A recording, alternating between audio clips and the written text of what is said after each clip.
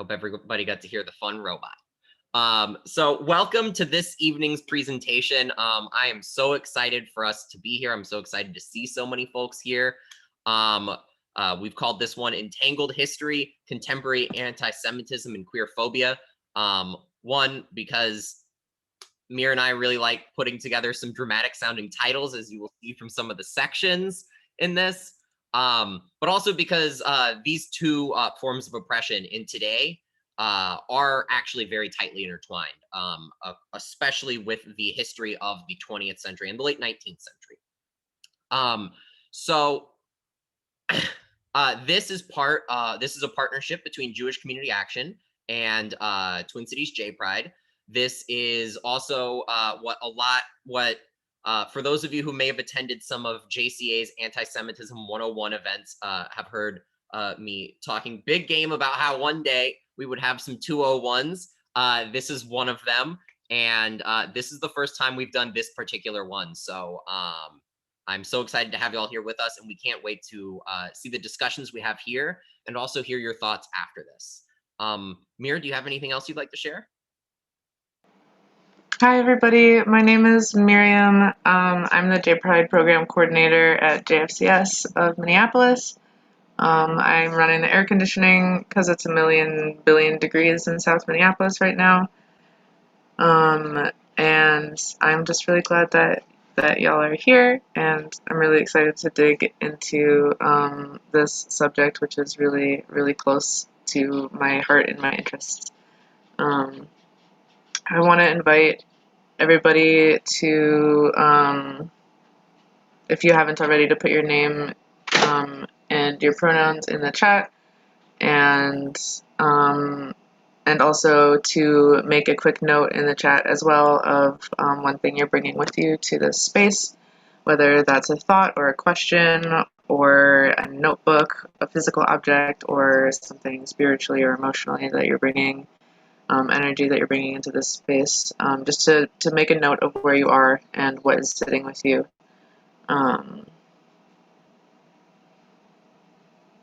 We'll give a moment for that, and then Brandon's going to tell you, why are we talking about this?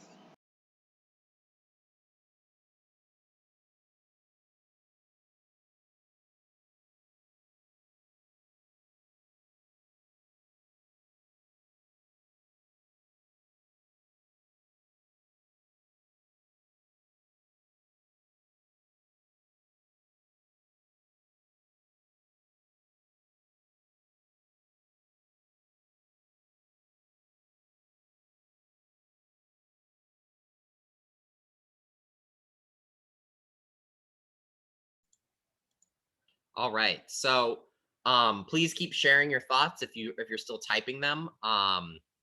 Just a little bit about what to expect. First off, this is not a presentation full of hate symbols, tropes, and slurs. This is meant to be serve as a broad introductory analysis. And this presentation looks at how anti-Semitism functions systemically and in conjunction with white supremacy and queerphobia. That's a lot of things to go and have in such a short amount of time. So this is really just it's a little bit of everything. It's as if you were going through an aisle at a store and you were picking a couple of things to go and show you what this general flavor is. Not the best of flavors, but it's a flavor nonetheless. And it's an important one for us to know about. And why is this important? Our social and material conditions are impacted by the events of the world around us in the past.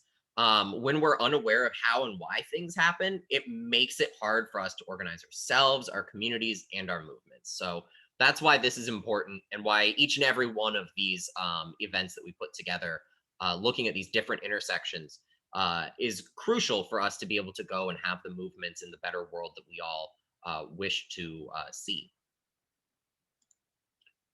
Mir? This is a lovely community agreement slide that Brandon's colleague and my colleague put together, NZ Tanner, who is fantastic, and gave us these ground rules that are rooted in Jewish values. So through the course of the next hour and a half, we're going to try to practice some good listening, some active listening, and we're going to let people into the meeting. Okay, great. And even when we hear something that is challenging to us or difficult, Shema, the Jewish value that this is being grounded in, means like to come and learn also, and to come here or come hear the instruction of.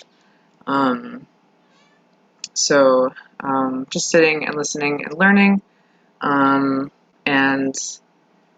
then we're gonna move in to kavod, which is translated as dignity, could translate it as honor. We recognize that everybody around us, even and especially those who we disagree with, has inherent value as a person and a life, and a person with interests and opinions, and who is smart and worthy of being listened to and engaged with respectfully. And that goes into our next and last value here, which is the multiplicity of voices, which, like I mentioned a minute ago, means that we're going to have a lot of different thoughts floating around in the room. This is not only one really tough and complicated subject, but two really tough and complicated subjects that are so tightly wound together with a bunch of trauma, with a bunch of loss and pain, and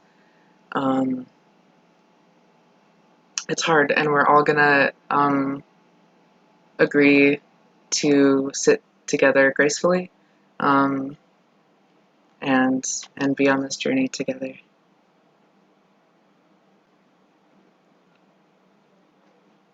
I don't know what's next. Brandon, what's next? It's part one. Part one. Antisemitism, historical and structural. For those who have attended the Anti-Semitism 101s from JCA, this is more or less a truncated version of that.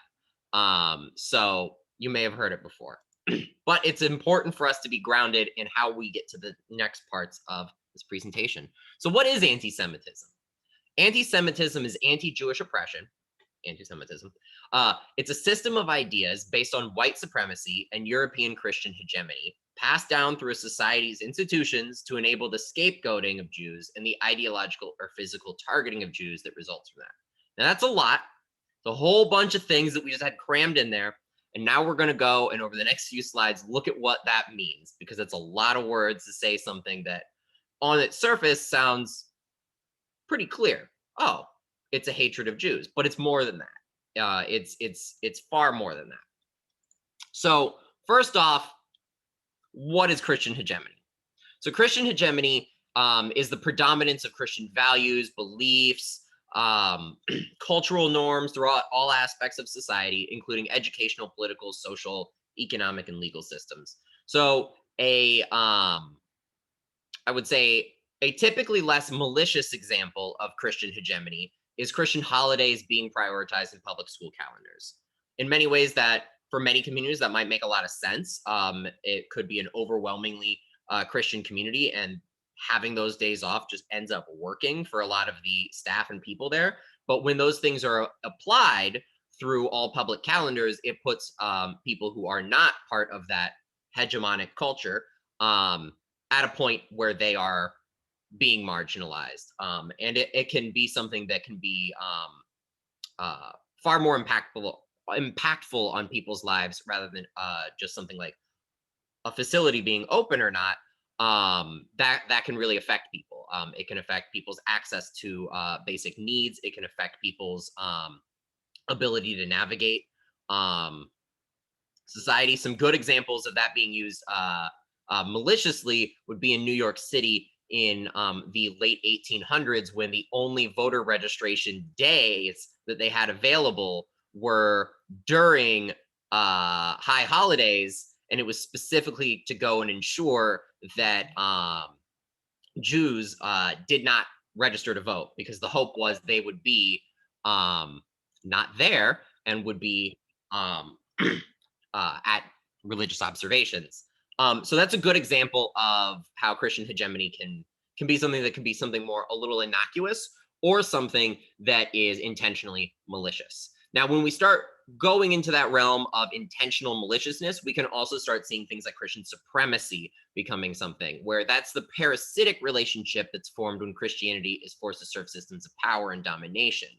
It's where culture and sacred text is used to moralize violent actions of institutions, governments, individuals, groups of people. So historical examples would be plenty of the horrific things that were done under the justification of the divine right of kings, or during colonization and the forced conversion of communities. A fictional but horrifying example would be Gilead, the fictional nation state in The Handmaid's Tale. Very good example of what Christian supremacy, like at its like full-blown form, its final form, would look like. So what is a Semitism? We just went over all this cultural hegemony. It's like, whoa, Gramsci, pump the brakes. But now we've got to go over what is Semitism. So Semitism isn't a thing. It was the entire concept of anti-Semitism comes from this German nationalist named Wilhelm Marr. We're going to be talking about a lot of German nationalists today, unfortunately, and nationalism quite a bit. He wanted to give his ideology, previously known as Jew hate, Judenhass, more credibility. So he proposed this concept of Semitism, borrowing the word from the budding world of linguistics. This was a time period of scientific expansion. You started to see many things come into the realm of biology, chemistry, industry during the late 1800s. And there was this culture of modernity that was becoming a thing, where people were accepting this world of industrialization and new knowledge. And the thing was is that if you got in on the world of new knowledge early, you could just start making things up. So that's how we ended up with things like phrenology, the study of skull sizes to go and justify different racial hierarchies that were enforced through laws. And so this concept of Semitism is very similar. With this, Marr envisioned a Semitic conspiracy, a natural affinity of Jews or other people that he just would kind of pick off a random board that he didn't like from the Middle East, that there was a inherent nature to people from this region that they would undo European Christian society. And, you know, to him, under this world of science sounding things, being against this what he claimed was a natural inclination, sounded like the logical thing for white Christian European males like himself to be doing. So this is how anti-Semitism became a concept. And that's why you end up seeing people have anti then dash Semitism capitalized, because it's a holdover from this older eugenicist language. Just like how Caucasian is still on census forms, even though like white people are not from the Caucasus Mountains. Well, there are some white people from the Caucasus Mountains, but most white people are not. It has nothing to do with anything. That came because a phrenologist looked at a skull from the Caucasus Mountains and said, this is the prettiest skull I've ever seen. I want all the skulls of white people to look like this. Similar concept to Semitism, where made up and then applied into the world of science and became something that was accepted in many higher echelons of society for decades. So don't use the dash for anti-Semitism, just drop it, because that implies that Semitism is a real thing, and it's not. So anti-Semitism, though, way older than this one random German nationalist coming up with a word. Jews have been put in this buffer scapegoat role physically and rhetorically for a very long time. This is ancient and modern. So where it's ancient, we see the era of diaspora, expulsion from the Middle East during the Roman occupations, And we start seeing with the rise of Christianity in Europe and the Mediterranean world, a new type of Jewish marginalization and oppression that, similar to other forms of marginalization and oppression, it's looking at a community that is largely or was at a time migratory, and speaks a different language and practices different cultural rituals, which puts a community into a realm of an easy place of scapegoating and skepticism. Now, where we start to see anti-Semitism change from these older forms of marginalization, which are still absolutely forms of marginalization. That was the era in which you have many portrayals of Jews as demonic, or having various different physical abnormalities and things like that, or the blood libel, which accused Jews of stealing Christian children to use their blood to make matzah. All of these come from that era and have a very specific religious inclination to them, or often do. What makes anti-Semitism different, though, is this ascription of power. And we start seeing it during the Middle Ages. We see it in two different places. In Eastern Europe, we see Jews put into a place where they are serving as middlemen for nobles who have way too much land that they can't even manage it. And they need to go and collect tax revenue or other forms of extraction from the peasants who actually are living on that land and farming it. Jews, not being allowed to farm in many of these places, don't have any other economic opportunities and find themselves with few chances to have a job, and one of them is collecting money for these Polish and Russian nobles who have too much land on their hands. So what it ends up being is that peasants, the only time they really interact with Jews is they see them as these different, strange people speaking a different language who live in either a isolated part of town or a smaller village down the road. And then the only time they ever interact with them is that there's somebody coming to my door taking my money or my grain. So there's this assumption that Jews are in control, that they're taking this stuff, and it can't be the nobles who are doing anything bad to us. It's probably just Jews skimming it off the top. That's why things are so hard right now. And then the other area where we see anti-Semitism starting to evolve, this power dynamic of assuming Jews being in control, is in Western Europe, in Italy and the Mediterranean world, also in the Netherlands, as banking becomes something.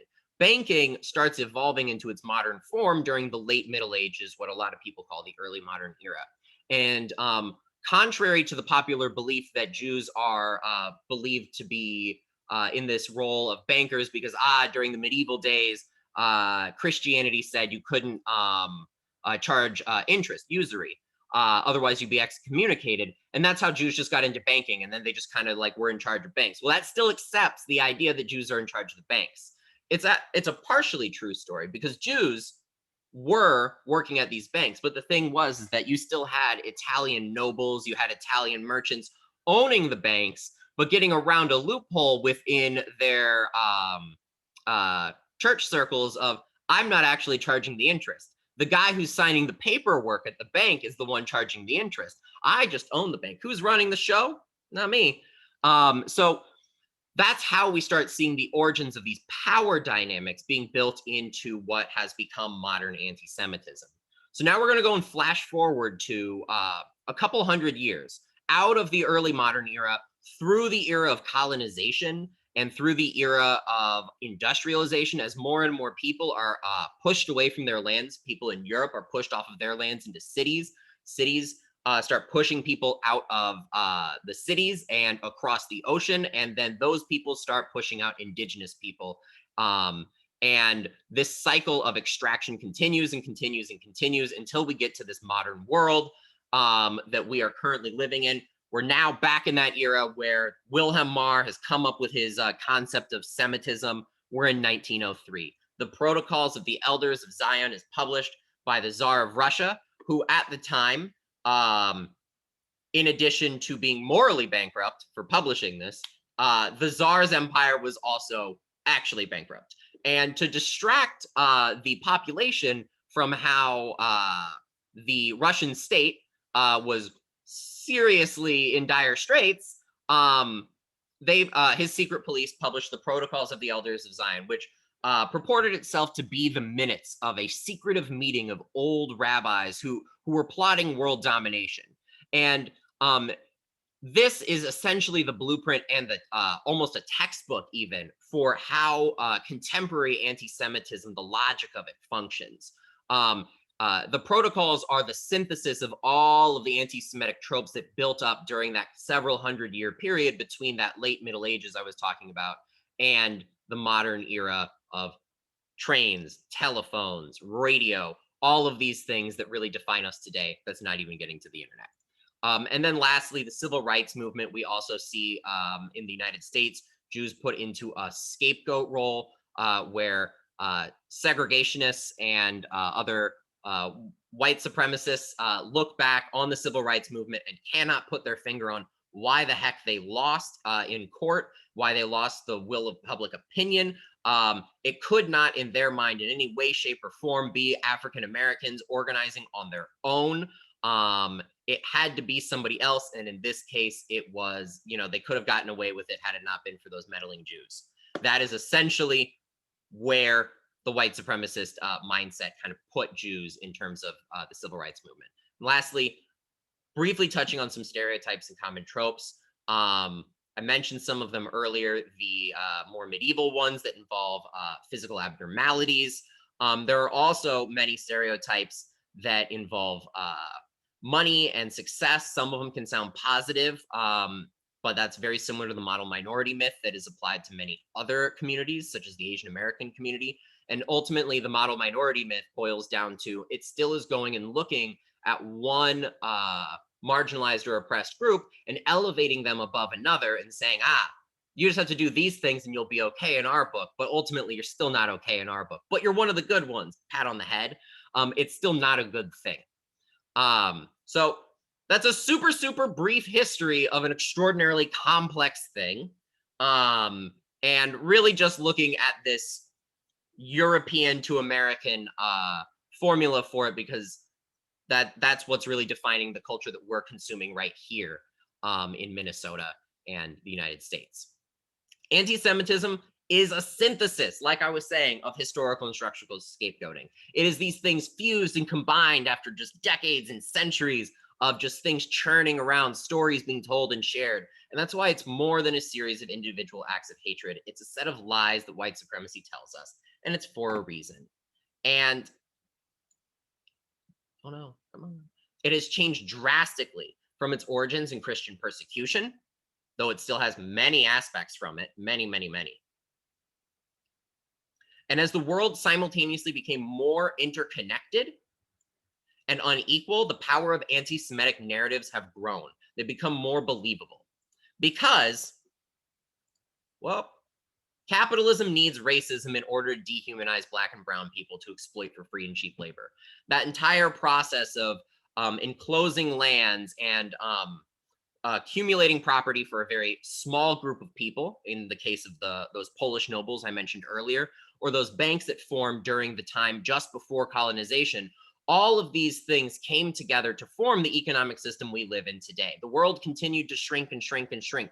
We had states become an actual thing. Before that, you just had little principalities. We had international companies become a thing. Starting in the 1600s, international companies had more power than entire nation states.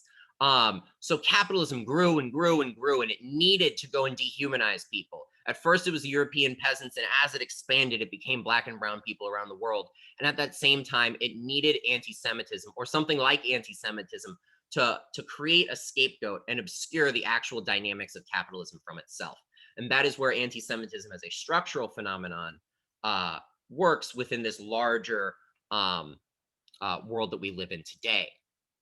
So what does it look like? It functions differently than other types of oppression, which makes it hard to recognize because it seems like it's punching up. It seems like it's like pushing back against the man. Like, well, of course we don't want like a small group of people controlling the world. That's really messed up. That's against our ideals of democracy. Well, yeah, that all sounds good and great. Well, who do you mean is controlling the world? Like, what are you getting to there?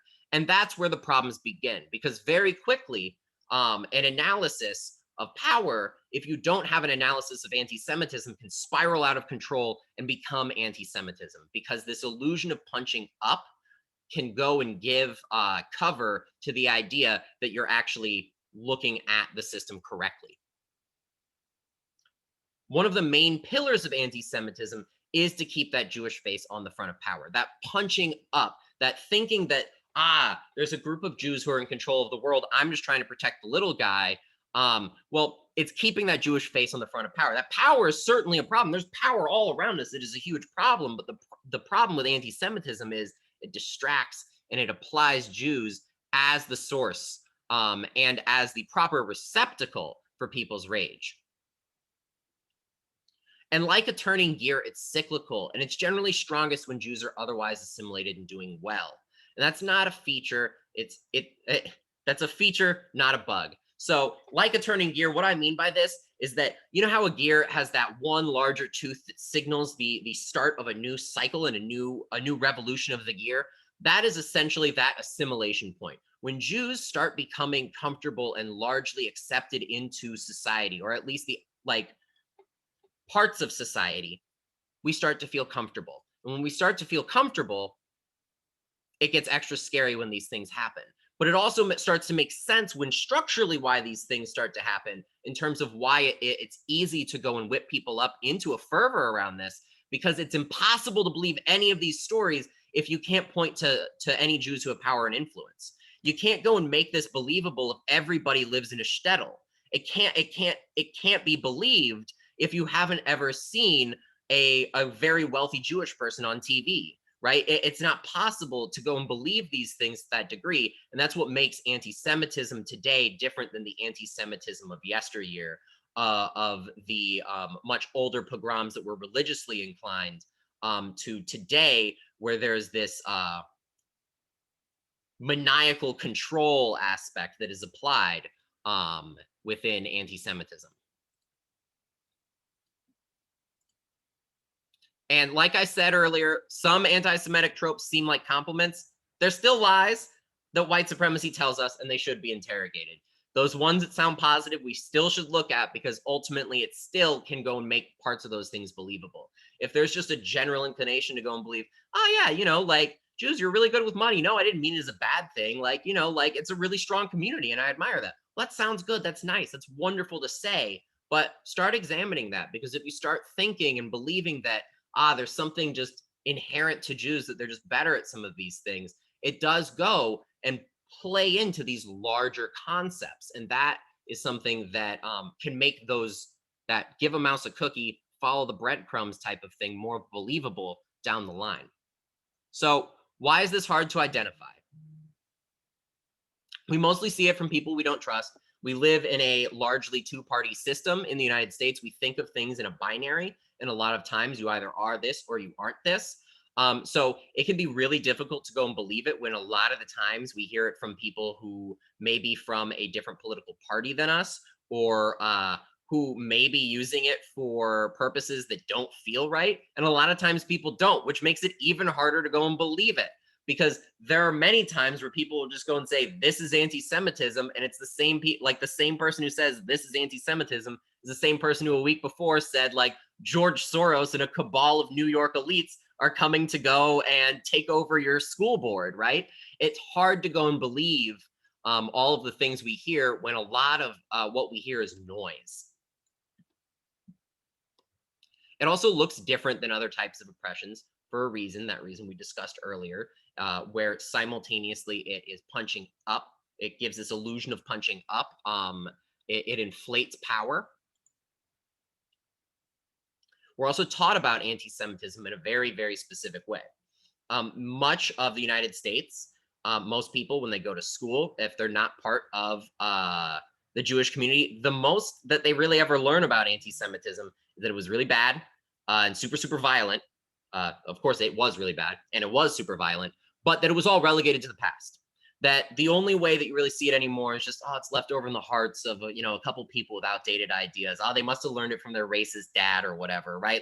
It's no longer the big bad wolf that it was before, because a lot of people just kind of look at images of or stories of pogroms and the Holocaust, and they think that was a long time ago. That's not what's going on anymore, because that's the most extreme. That's the extreme end result, rather than seeing the actual arc that gets you to that point. And divisions between Jews and our likeliest allies have been encouraged, often pushing us out of relationships, so we don't know each other. And a good example of this is the assumptions that we make about other communities that we end up hearing through pop culture, right? So looking at the past 30, 40 years, a lot of Americans have assumptions that Jews and Muslims don't get along, that it's like cats and dogs, right? By going and taking the Israel-Palestine conflict, or what's happening in Israel and Palestine, and going and looking at it and applying it to the entire existence of all Jews and all Muslims, and saying, everything that's happening over here is everything around the world. And that's flattening everyone's experiences. But the problem is the more people say that, the more they believe it.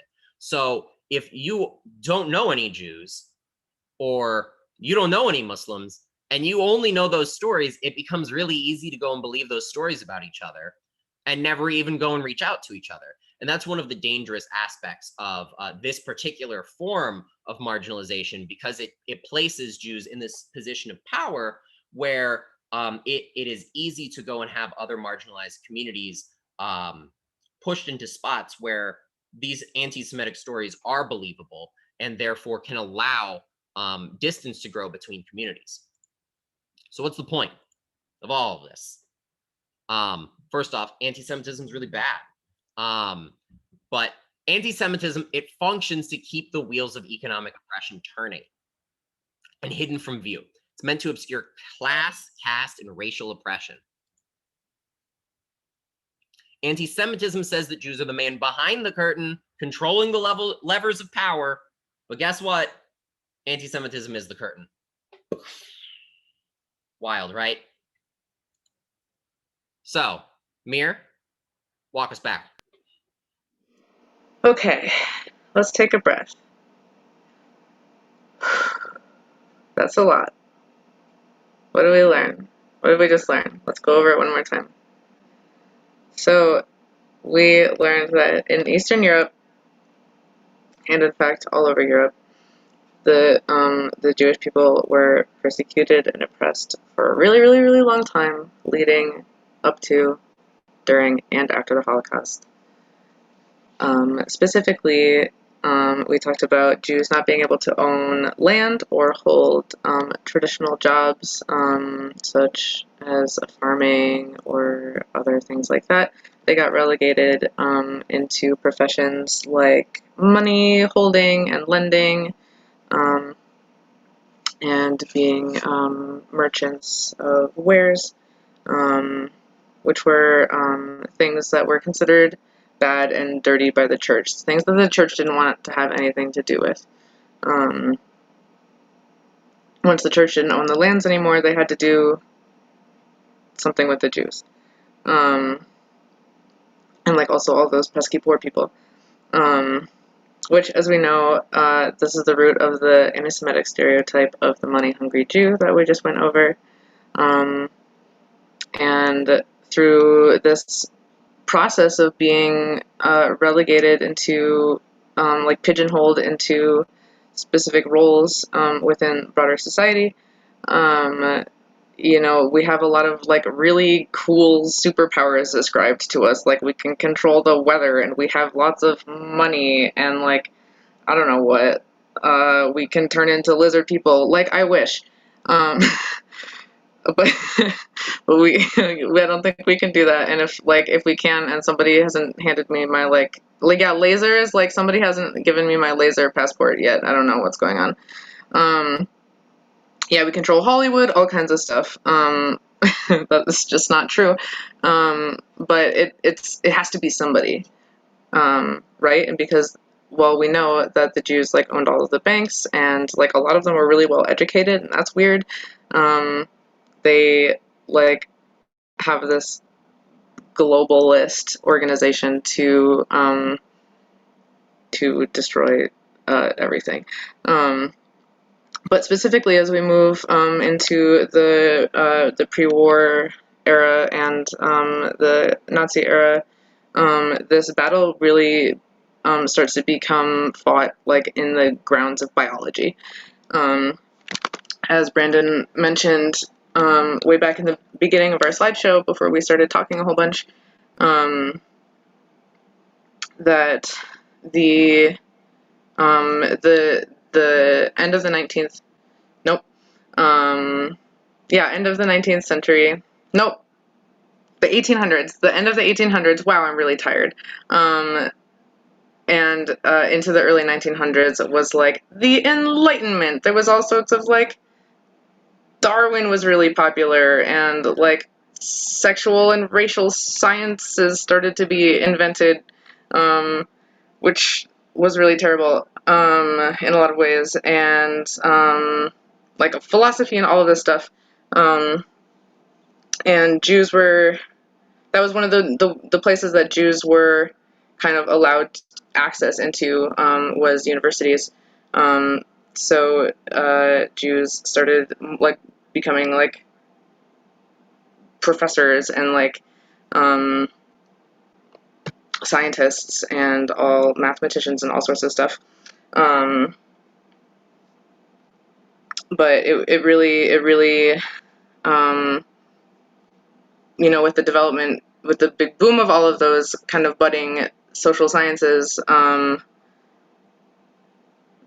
kind of like a biological level of like, where Aryans are being infiltrated by an outside race, started to really become solidified. The whiteness was invented in America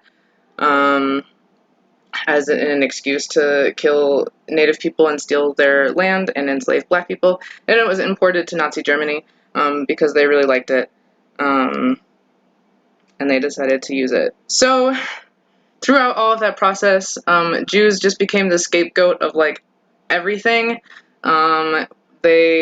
Jews were the, like, capitalism is the Jewish people's fault, but also somehow communism, and Jews like handle money, and we like to eat, and we're always having l'chaims and like all this kind of stuff, which was really divorced from like the Christian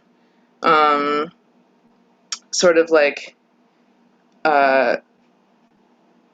spirituality that was put above like sort of the grounded, earthy Jewishness. The Christians were like, and the church was like, that is not us. We're all about like being spiritual and being, being closed off sexually, all sorts of stuff like that, where they put Jews as kind of the antithesis, like the complete opposite of that. So Jewish people just became everything that was wrong with everything, and that was really convenient for everybody, except for us. So that's how we get into the war era, which begins our part 2. Thanks, Brandon. Which is specifically about the budding queer scene in Berlin at the end of the 1800s and the early 1900s. Bye, Julie. Thanks for coming. So while we're having this, while we're on the topic of kind of biology and eugenics, there was this concept being developed at the time of sort of this like golden, like muscular artisan like Nazi guy, super sexy and handsome and like naked and muscles all over the place. That was this sort of vibe that they were building about like the Aryan male. Aryan masculinity Yes? Okay, there's children. And this is not only here but also in other places. This kind of like building of like a masculine nationalism has been a really important project for not just the Nazis. So there's that. We have Aryan masculinity, which is like this, like just the pinnacle of whatever you want masculinity to look like, or whatever they wanted masculinity to look like, which is like directly opposite to like the picture being painted of Jews, specifically the Ashkenazi Jew, who was painted as weak because we like to study and sit in the study house, and the women own the realm of the social and economic, or at least the economic for sure, in the house. We have these weird, and continue to have, Jews have weird gender roles, in contrast to a lot of the broader societies that we've found ourselves in. And that was, another way that Jews were being kind of scapegoated into like this totally other thing. Jews are effeminate and weak and have weird, like, who wears the pants? Everything about them is weird and strange, and we don't like them. So not only were they concerned with like the like muddying of their whiteness, they were also concerned with like Davka German masculinity, white masculinity, his hormones, his testosterone, his sex drive, his everything like that. And in the very beginning of this field of sexology that was just being invented, at the same time, the popular understanding of being gay, of homosexuality, was that it was defined as a sexual inversion. It was something that was just wrong with you biologically. Yeah, Masha says, note how evil guys in pop culture are typically wizards with henchmen, and the big noses and all that stuff, and the hero is Conan, who's all like, right? Okay. So being gay was also kind of this like genetic fault, right? In a similar way that being Jewish was, but different from being Jewish. Being gay was something theoretically you could be cured of.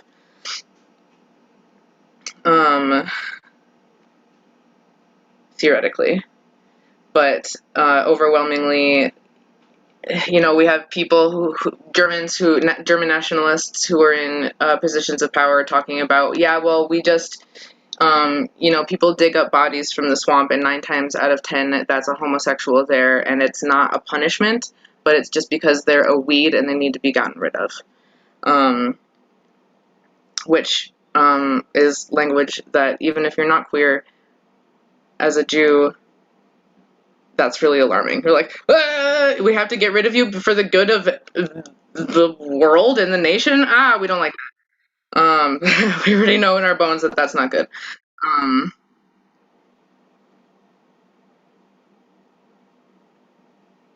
We're gonna go, Brandon, can you give me the next slide, please? Great, so that was the overwhelming like view about like homosexuality and like how it fits into like this world of like sexology, and like the gender and social projects of National Socialism, Nazism, kind of all grew together. Now we have this guy Hirschfield, who Hitler called the most dangerous Jew in Germany. Like, I would love to have that distinction. Okay, calm down. Just like, I want Hitler to call me the most dangerous Jew. Like, come on. That's but why? Okay, the question is why. And why is because Hirschfield and a couple of his buddies were really fighting back on this issue that was commonplace and pretty much the norm that was accepted, which was that being a faggot was just something that was wrong with your brain, and that was it. And you should be cured, or you should be killed, or because you were a genetic dead end and stuff like that. Hirschfield didn't like any of that stuff. He moved to Berlin in the last decade of the 1800s, and Berlin at the time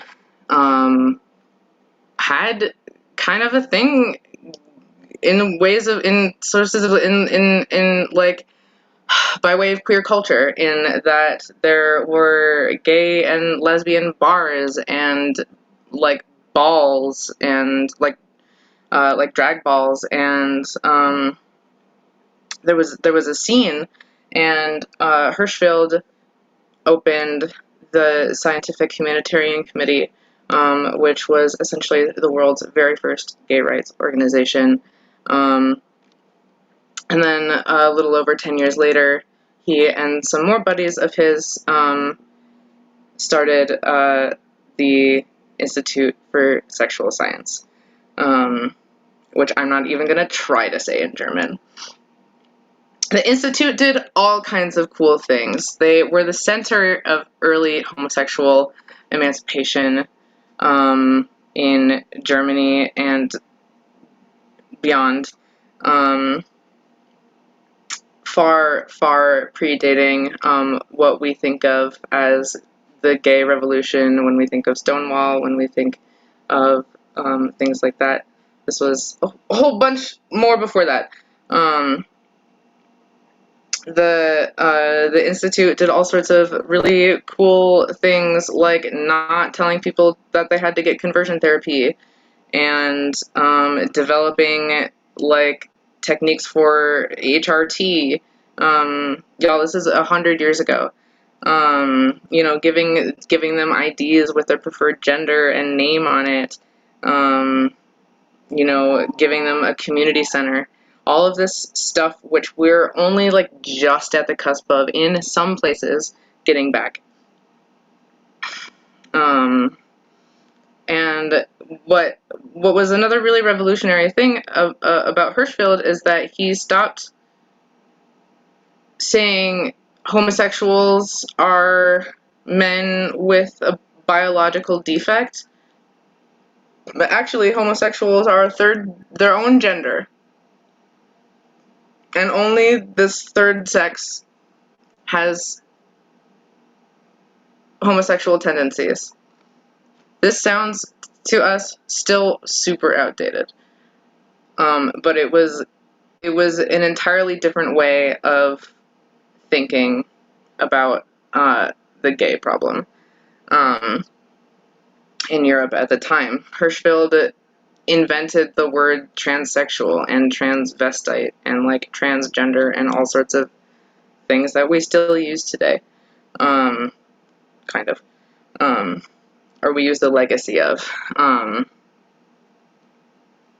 need some water.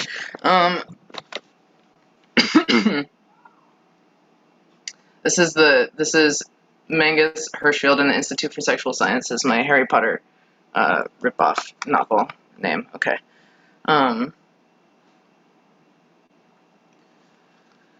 So, give me a second.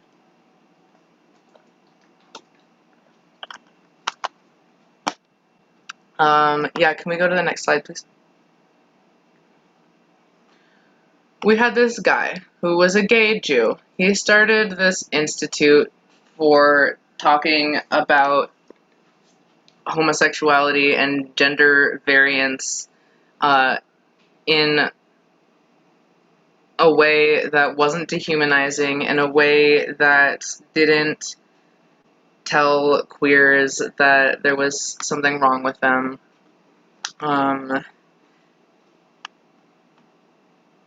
And I just want to like kind of sit in how sad that makes me, because even without telling you what happened next, you already know that something happened because it's 100 years later, and when we're stuck in the same place or like backslid even a little bit still. Because the library was huge. They had so many records. They had photographs. They had scientific studies and personal interviews and all sorts of stuff. So, and Hirschfield was this guy who invented the concept of this third sex. He was the guy who said, I don't think that there's this spectrum of male and female. I think that sex is multi-dimensional, and which is just wild. You know, he was a Marxist, and he kind of represented, like, in the same way that Jews represented everything bad with society, like, Hirschfield was, like, the worst of the Jews. He was everything that the Nazis hated all at once. And that is a really scary place to be. Just as a fun aside, okay, I'm gonna really hurry up here so we have some chance to talk about it together. But there was some German nationalists who were also homophobic, but who were gay at the same time, because that kind of stuff happens. Who invented this kind of like masculinist approach to being gay, especially this essay that was published in 1932, where an anonymous stormtrooper is having a conversation with the aforementioned Scientific Humanitarian Committee, which predated the Sexual Institute by 10 years. And he was like, I'm not a homosexual. I'm not one of those faggots. I have a manly eros, is what me and my boy lover have. And it's totally different. And that was based in all of those conceptions of the Nazis as like only having men in their like circles of power. And they spent all of their time around men, and that they went from the youth brigade to the SS. And that was the culture that was being built. They had this ideal male that was buff and strong and blonde and blue-eyed and like worked the land and all sorts of stuff like that. But that's different because that was like the sublime love of a man for a man that wasn't being homosexual. That's how they made the distinction. Yes, please.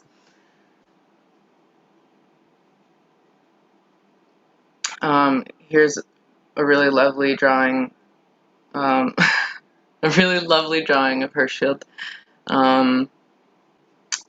with the headline, "The Jews are our misfortune," which is real fun. And on May 6th, 1933, some students from the university, along with the Nazi youth brigades, stormed the Sexual Institute and liquidated its contents. Brandon, can you go to the next slide, please? The library itself housed over 20,000 volumes, 35,000 photographs, art, patient files, other objects, which were all destroyed 4 days after they took the building on May 10th, 1933. They also sent all of the information, the personal information on individuals and activists that they got from the Institute, they sent to the Gestapo. In the 10 years following, so basically from 1933 to 1945, 50,000 homosexuals were persecuted, among which around 5,000 were sent and killed in concentration camps, with the information they got from the archives of the Sexual Institute. Now, this rhetoric is still used today. I pulled this quote, which I'm not going to read the whole thing of because it's really long, but I pulled this quote from an essay written in, I believe, 2015, that's up on the Occidental Observer, which is a far-right neo-Nazi media journal, where the author of this article draws a direct line from the School of Sexual Institute, the Institute of Sexual Sciences, as like a Jewish invention and institution, and says, that the purpose of that school, the self-described purpose of that school, was that the unique role of Judaism in history was to vindicate the concept of difference, and really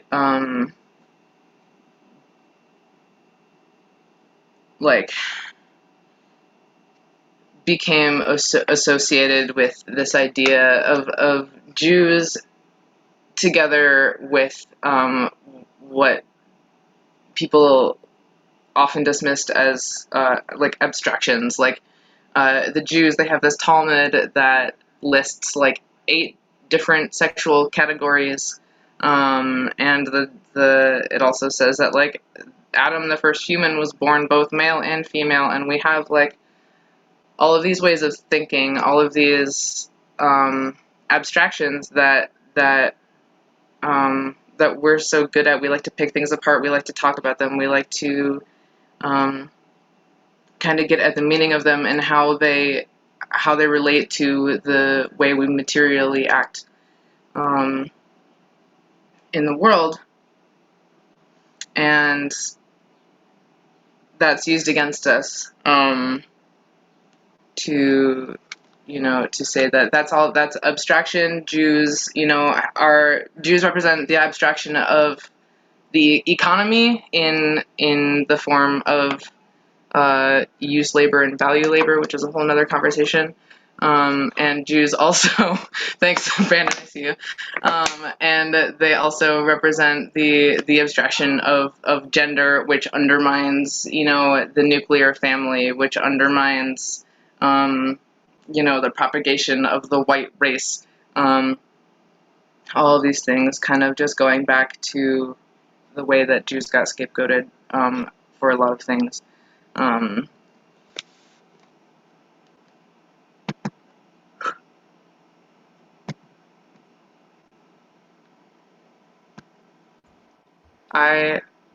Okay, we're doing great. That was a lot of information that we both just threw at you all at once. I would love to invite you to go get a drink of water, go pee, go stretch, go jot down a couple of notes or questions that you have. Let's take 5 minutes just to kind of shake ourselves out a little bit, and come back, and we can kind of pull all this apart a little bit together and talk about some of our thoughts. So let's come back at 8:07.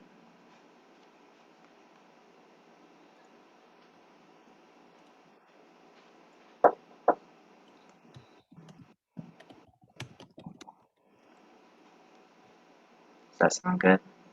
Great. I know we still have part 3. I need to drink some water though. Good news is part 3, I think, is a lot of me again.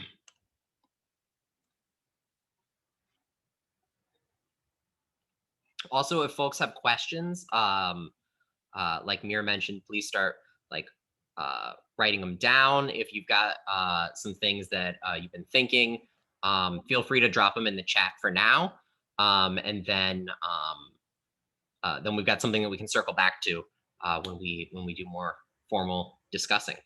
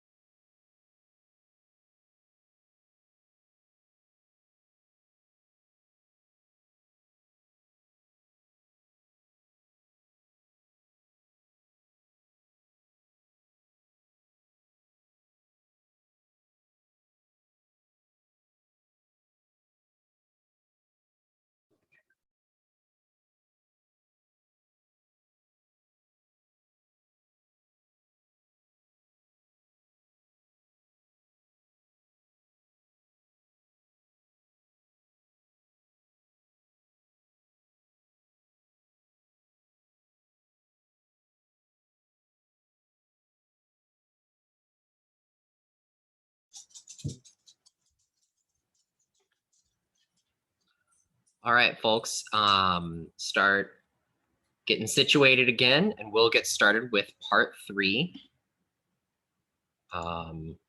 Just a couple more seconds.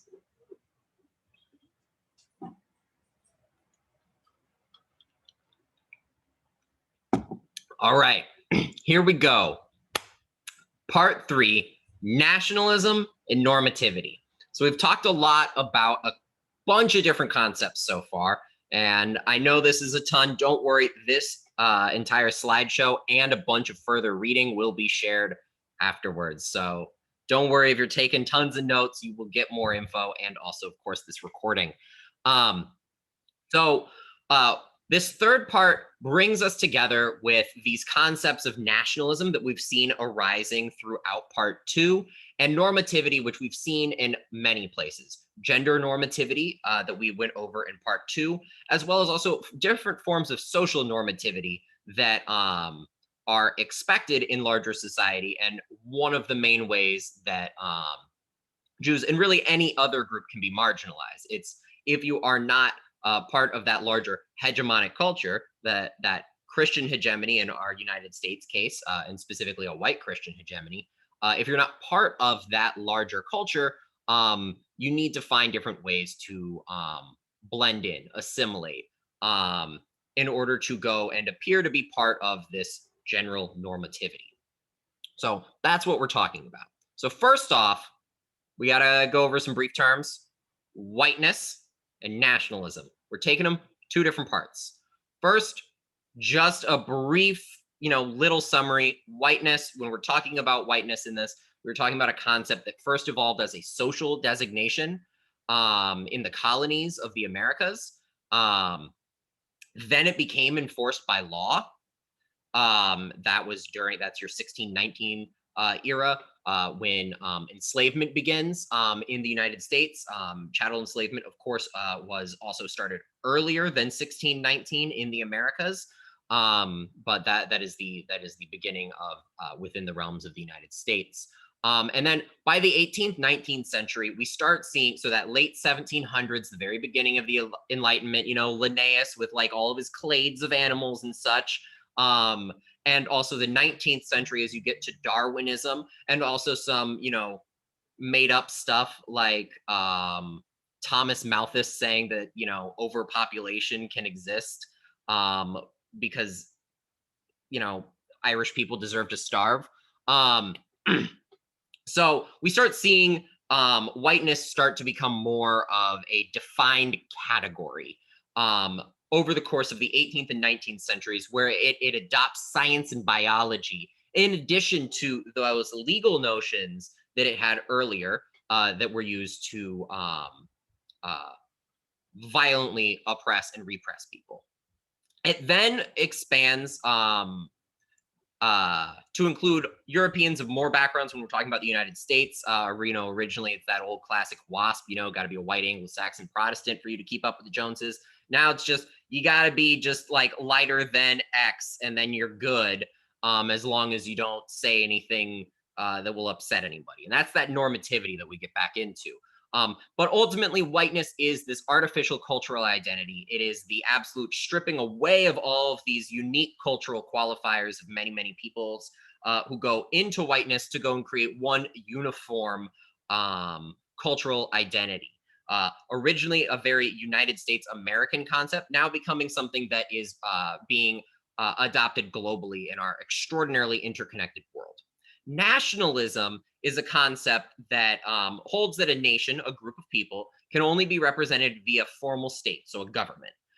It further aims to build and maintain a single national identity based on shared social characteristics of culture, ethnicity, geographic location, language, politics, or even the government, religion, traditions. There's many things that come into nationalism. But the main thing is that nationalism is a concept that arose in the mid 1800s and then started to grow. It is something where it looks at the growth of the power of governments during that era of early modernism that we were talking about, as banking expands, as those huge corporations that I was talking about, like the East India Company, are more powerful than governments. They start to fuse together as they start to serve each other's needs. These larger corporations find that it's really nice to have an army to go and help them get the things they want. And a lot of these things start to blend. And then we start seeing independence movements happen in places like Greece, where Greeks become have their own independent state of some form, let alone a kingdom, anything, for the first time in hundreds of years in the 1830s. So we start seeing this concept of nationalism, of this idea of people with a shared often a language or other major cultural characteristic, and that becomes this hot new thing. And as these multi-ethnic empires across Europe start to go and collapse on the weight of themselves, as more and more people are becoming educated, more and more people are like, wow, we deserve our own place too. The thing is that eventually we also start seeing concepts of nationalism that are entirely artificial, that are built around concepts like this whiteness, that start coming up with an artificial national unity. The United States is a good example of a very interesting form of national unity called civic nationalism. A lot of our nationalism is built around this idea of we've got the best constitution, we have this the beauty of the framers, all of that stuff. That's civic nationalism, where it's not so much that there is a shared ethnic criteria to being an American, though there are many Americans who would argue otherwise. But the larger narrative that we have, at least today, is that what makes Americans American is this shared civic concept. So nationalism can be any number of things. The main part is that it is artificial, and it is used to go and justify the existence and certain actions of a government or a state. So now we're talking about white nationalism, and one of the things that makes today's white nationalists very different than before, in at least the United States, but also globally, is their theory of the Great Replacement. It is different and it is the same.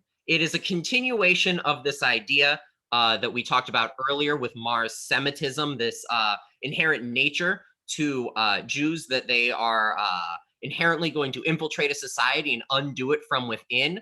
The Great Replacement is a concept that is similar to that. It just takes it to its next logical level, which is there are essentially black and brown, just masses of people that are going to go and drown out white people in a sea of babies. That is the summarized white nationalist logic. So white nationalists believe their white identity, which is artificial, of course, is being erased through a replacement of other people from other backgrounds and culture, which is really ironic considering that whiteness literally is just the homogenation of a bunch of people from different backgrounds and cultures being forced to become the same thing, and then looking back on themselves being like, I don't have anything to attach to except for this whiteness.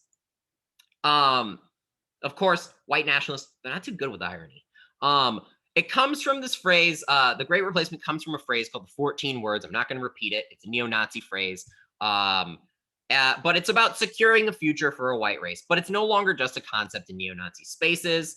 Now, former Congressman from Iowa, Representative Steve King, he used to say this stuff all the time on TV. Right here's a quote from him. If you throw in the word white 3 or 4 times in there, you've got the 14 words. It's like 9 of the 14. I don't feel like counting them. The point is that we know what Steve King was.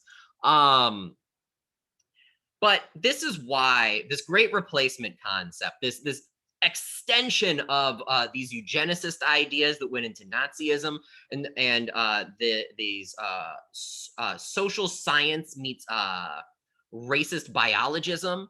All of these things that were being constructed 150 years ago warp, and they were already warped to begin with, but become these newer iterations in order to try being accessible to a new generation of white nationalists.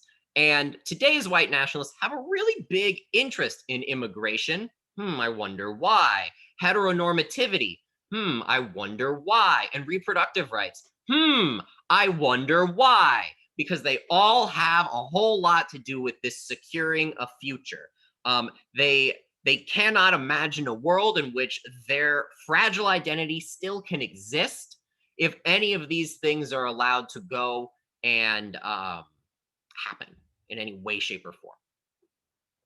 So I bring up the Great Replacement, and I really do want people to know that this isn't just like some random thing that like some like weirdos online like. Nearly every violent white supremacist white nationalist, terrorist, murder, whatever the heck we want to call them, reprehensible people all around, every single one of these attacks, almost every single one over the last 25 years has cited some form of this in their manifestos or their blog posts or whatever screeds they put out before or after they do the horrific acts that they do. I'm talking from Timothy McVeigh all the way to the Christchurch massacre. I'm talking from the Columbine kids all the way to what happened in Charleston, South Carolina. Every single one of these horrific attacks, the one in El Paso, the one in Poway, the one at the Tree of Life Synagogue, the one in Norway at that summer camp, every single one of them, the person who did it was a big fan of this. So it's a very important thing to know about. And we get back to this nationalist concept because ultimately their nationalism and this all of these fears are grounded in this fear of this traditional, what they think of as a traditional masculinity, which according to many writers, anthropologists, historians, is still also not a real thing. This traditional concept of masculinity is largely constructed from that same time period that we've been talking about, that early modern period onwards.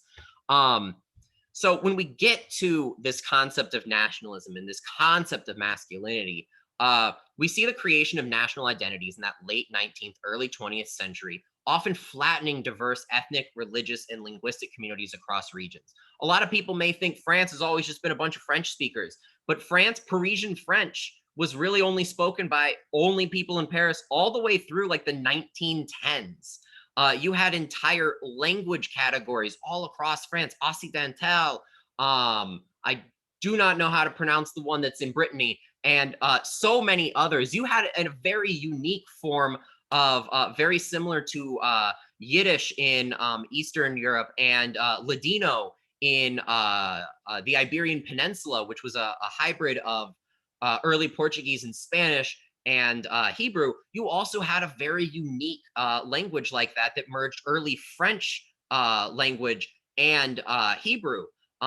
So many incredible cultures were erased and destroyed in the maw of the creation of artificial nationalist identities during the early 19th and 20th centuries. The places we imagine as nation states, Spain, Portugal, Italy, all of them had all these unique qualifiers all throughout, shared loosely with a language that's roughly similar and some traditions that are similar, but ultimately an artificial identity had to be created.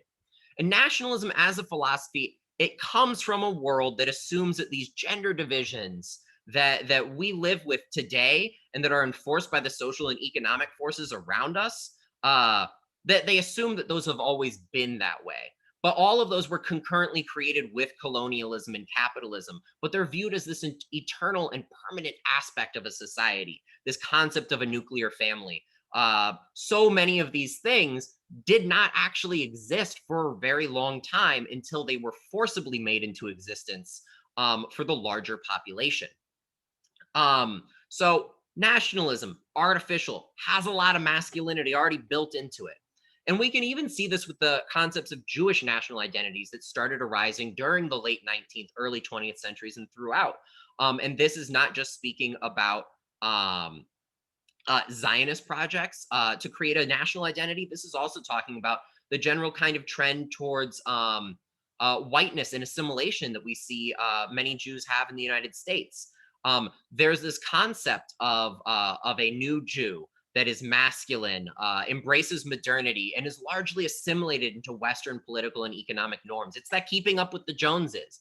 It doesn't matter if it's for the creation of a nation state in the Middle East, or an autonomous zone in a Russian oblast in Siberia, or just being able to go and feel safe within a Western European nation. Ultimately, there are these concepts that look to abandoning some aspects that are associated with diaspora.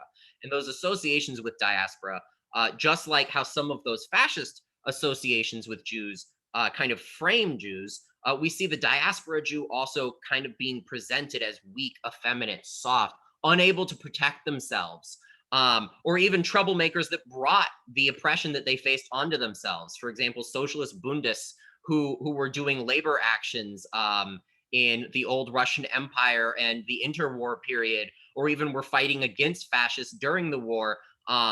Looking back, some tried to go and say, well, they ultimately lost because they chose to stay, because they went and they brought it on themselves, because they kept poking at this big bear, right? So there's a lot of complexities to these concepts of nationalism and masculinity. And it's not saying all people who have ever subscribed to nationalism are inherently always going to be a bunch of fascists and everything. It's just to go and say that nationalism has a immense flaw built into it that we do need to look at. And looking at it through these lenses of masculinity can really help us understand what is generating some of these concepts. So today, and this is the last slide, I promise. Today's nationalistic portrayals may seem a little different. They may seem a little bit more inclusive, but they still are offering some specific visions of masculinity and adherence to social, gender, and political and economic norms. And that can sound like a lot.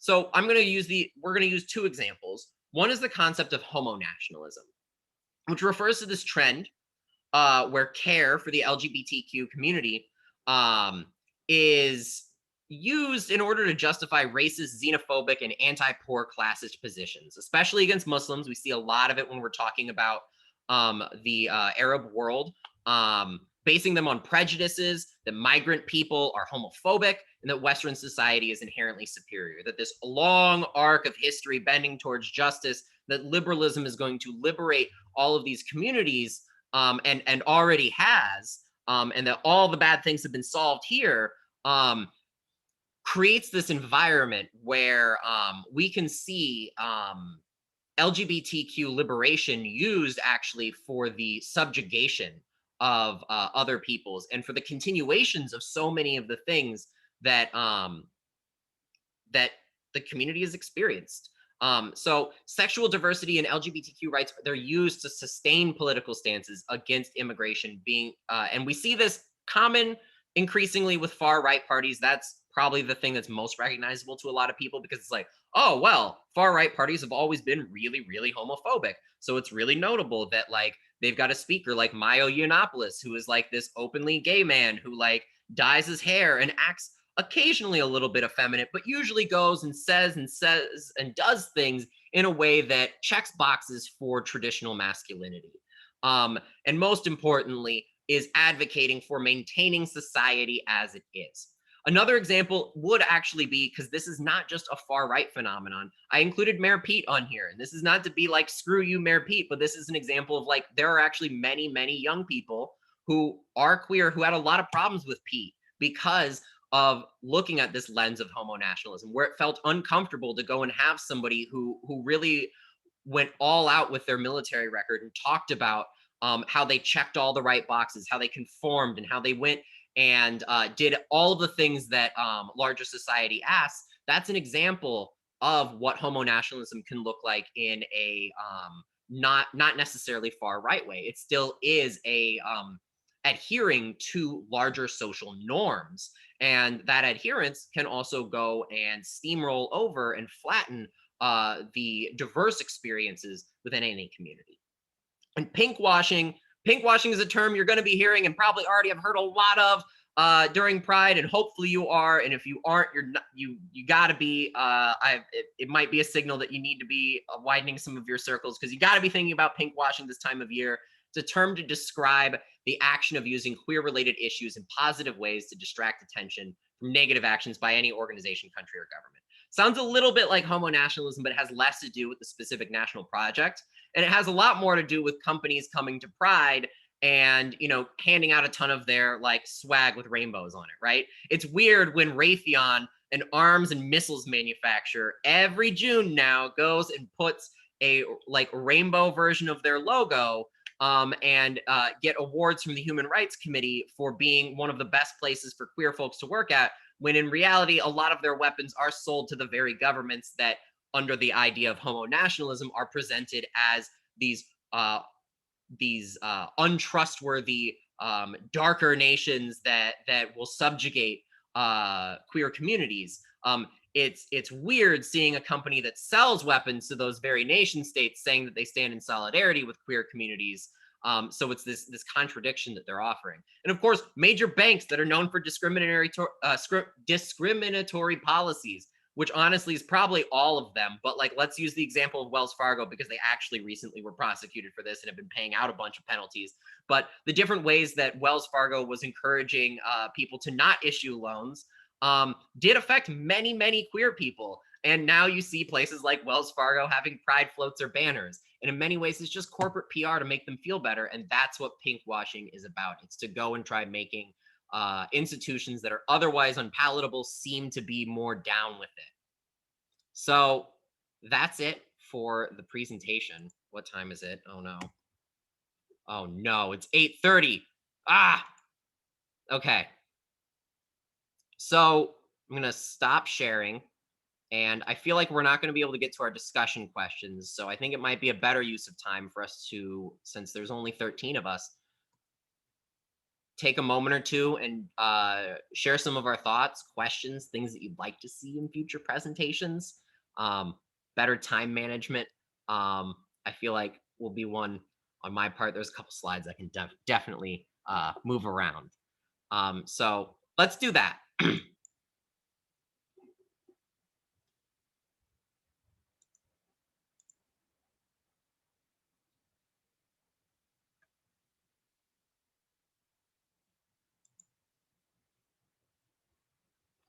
Yes, I can put up the last slide.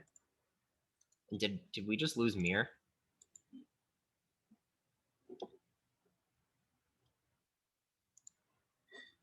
I'm also going to stop the recording in case anybody